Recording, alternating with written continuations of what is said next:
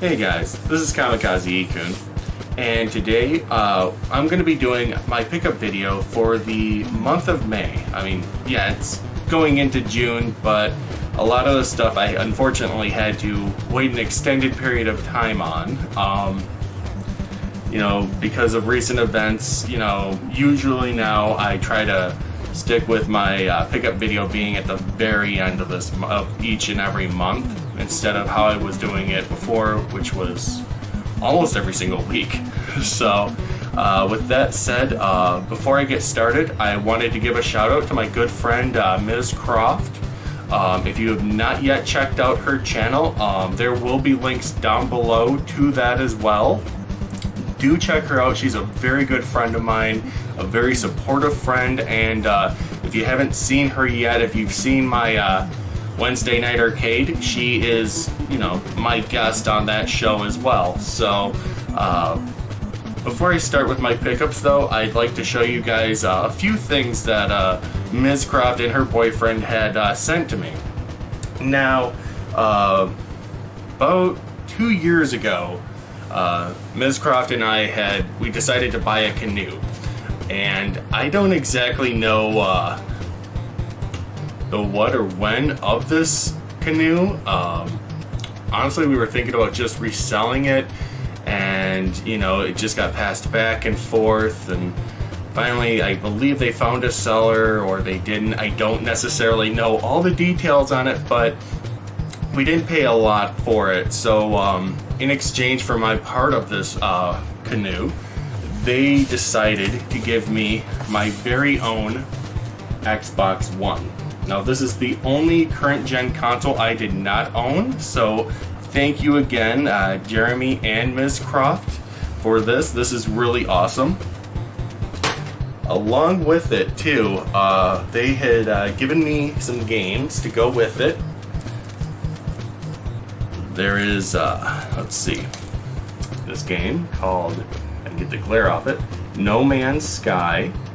Heard this was a really good game about exploration, going into space, adventuring. As you can see, it's still sealed, so I've not yet gotten around to playing it, but I promise I will play this game. It does look really awesome. Then I also got a copy of Mighty Number 9. Now, I have this on the Wii U, and for as much crap as people give this game, I really don't think it's that bad. And you can still easily find this game brand new, sealed, for around $10. I think it's a really good deal. It is a very neat little nostalgic throwback to, the old school way of how they used to make Mega Man games. I believe the creator of Mega Man also had a hand in this game.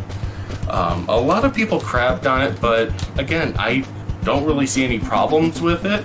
It's not a terrible game, so I mean, if it is something that interests you guys, it is very cheap now to pick up.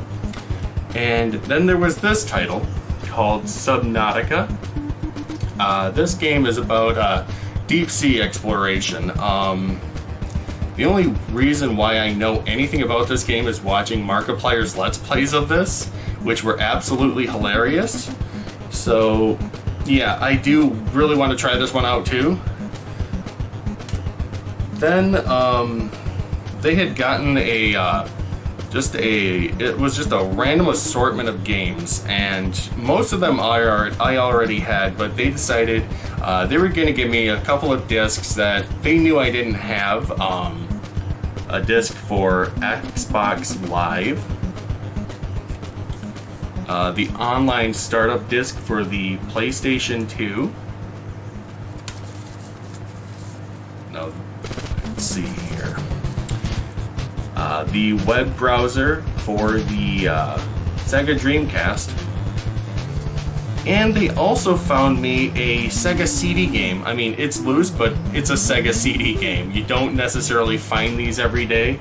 And this game is of Prize Fighter. I've seen gameplay of this before. I definitely want to try this out on my Sega CD. And then they heard me talking about this game. This one was something that I used to play as a kid. I remember my mother picked this one up in particular, and we had a lot of fun with it.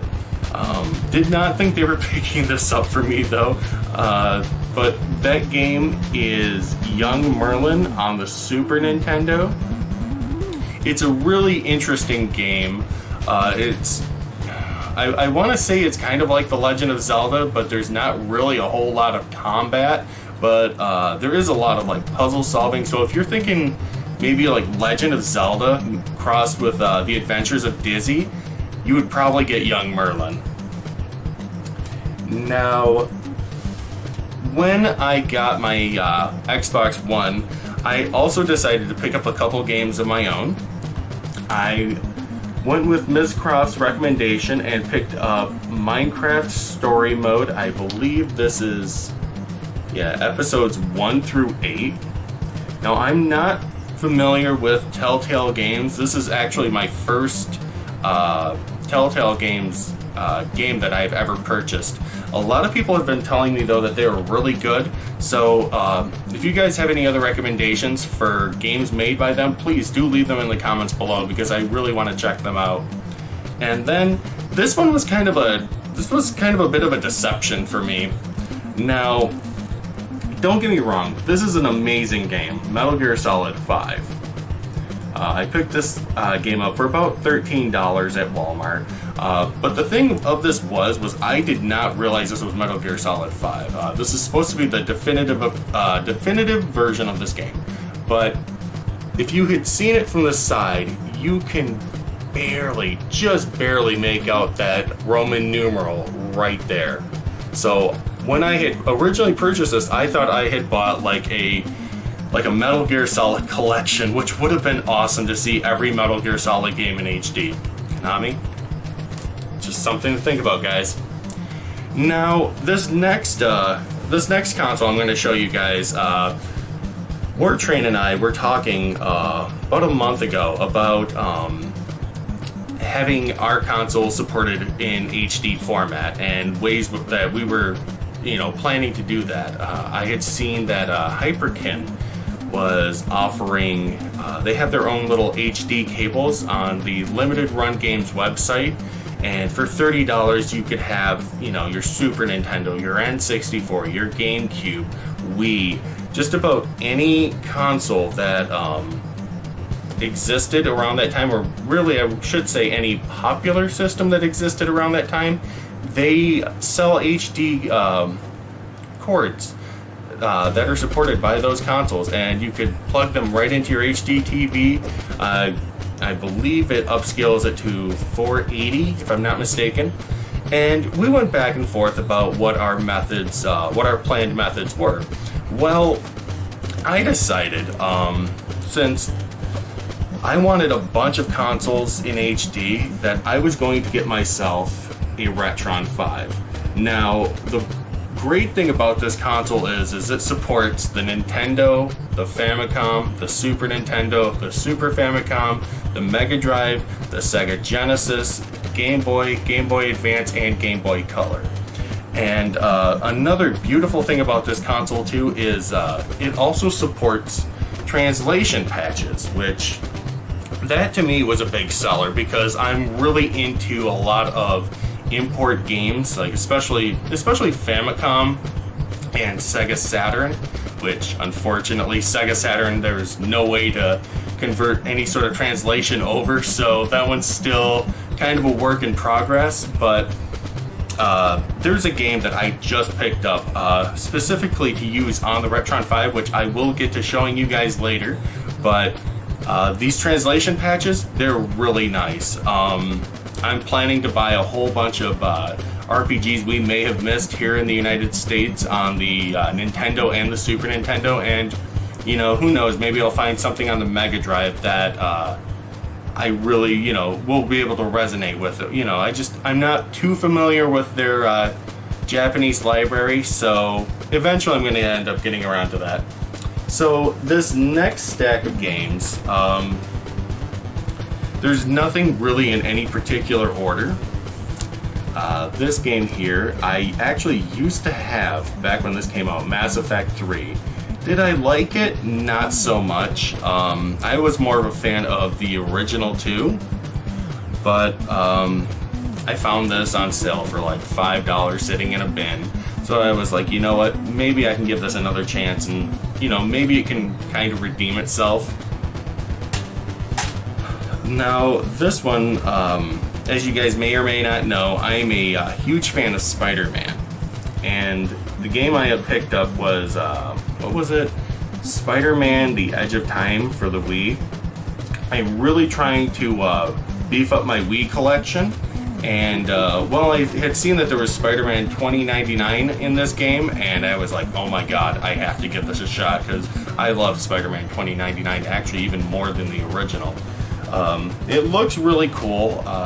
Most Spider-Man games go from, you know, great to, you know, not so spectacular, like the original, was it the original movie Spider-Man on GameCube, PS2, and Xbox? That one was horrible. Like, I don't know how the heck that got past product testing. And then they come out next year with Spider-Man 2, and that game was absolutely phenomenal.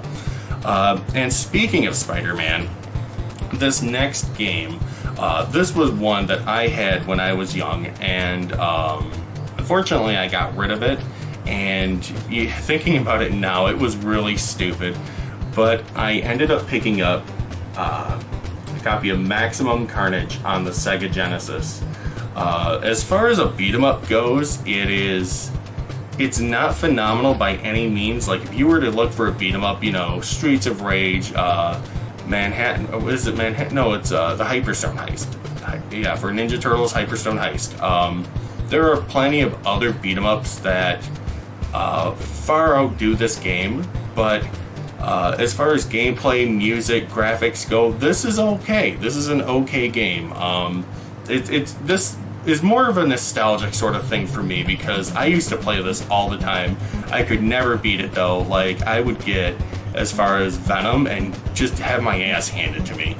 Like, I was like, how? Venom is awesome. Now, this next game, it's somewhat of a controversial game, and to be honest, this is my first pickup for limited run games. This was considered a classic on the Sega CD, and that game is Night Trap. Now, I thought it was kind of cool. When you open this up, this does have it does have a reversible cover to match the Sega CD kind of cover scheme they have, you know, either blue or blue with stripes. Like, they had a whole bunch of different variants back then, and I thought it was really cool. This game also, look at that, it came with a manual, like a color manual. Like, I was shocked to see that this even exists. Like, you never see these in these kinds of games. And this also came with a poster. I'm going to try to find a frame for this. It'll probably hang right across from the TV, I think. But that is the poster. And yes, this is a game that, along with games like Lethal Enforcers and Mortal Kombat, this game in particular got Sega into a buttload of trouble. It ended up sparking the debate about video game violence, and ended up ultimately giving us the ESRB. I have not gotten to play this yet, but again, this is considered a classic on this system, so yes, I will eventually end up playing this. Now, this last stack of games I saved for last because I felt these ones were like pretty much the pickups that I really was excited about picking up on. This first one here,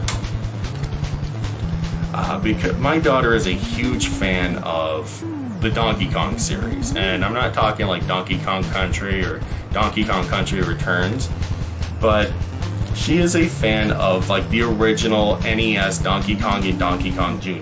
So I ended up picking up for her Donkey Kong 3. This is one, it's kind of a strange game. You will play as a character named Stanley, and you try to shoot Donkey Kong with pesticide and, make him go up the vine that he's hanging on, and he's knocking into beehives and all kinds of crazy stuff going on in this game. It's a lot of fun. She tried it. She did not like it. She's more of a fan of Donkey Kong Jr., which, to no surprise, it's an awesome game. Now, this is the game that I was telling you guys about when it came to translating games and playing them with patches, and that game is Sweet Home on the Famicom. For years, I've been hearing about Nintendo having a survival horror / RPG style game, and I was absolutely intrigued by this because, the NES does not have any real survival horror games. So, obviously, I had to look toward Japan, and came to find out that this game was actually, from what I've read, this was supposed to be the predecessor to what was known as Resident Evil. So I was like, I'm on board. I love Resident Evil. I love Sweet Home. I've actually played a little bit of this, and this is a really awesome game. And if you guys have a Retron 5 or anything that can translate your Famicom or any of your games, do consider getting this game. It is an amazing title. The game structure is you go in as 2 different teams, kind of like Resident Evil, and basically go around solving the mystery of this gigantic mansion that has, it's plagued with ghosts, specters, all kinds of crazy stuff. And I mean, honestly, I think it'd be really cool if Capcom took an IP like this and did a remake with this. I think this would be a really interesting game.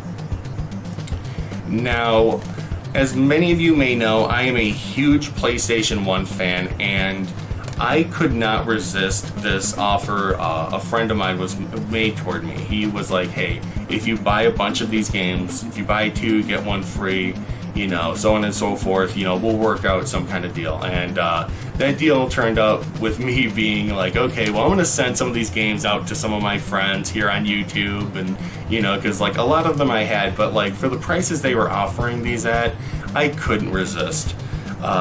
Especially these games now, because I've seen a lot of these shooting up in, like, the $50, $60 price range, which I think is ridiculous, to be honest. But this first game I picked up is Dragon Quest VII. Now, this game is not complete. It does not have the manual to it.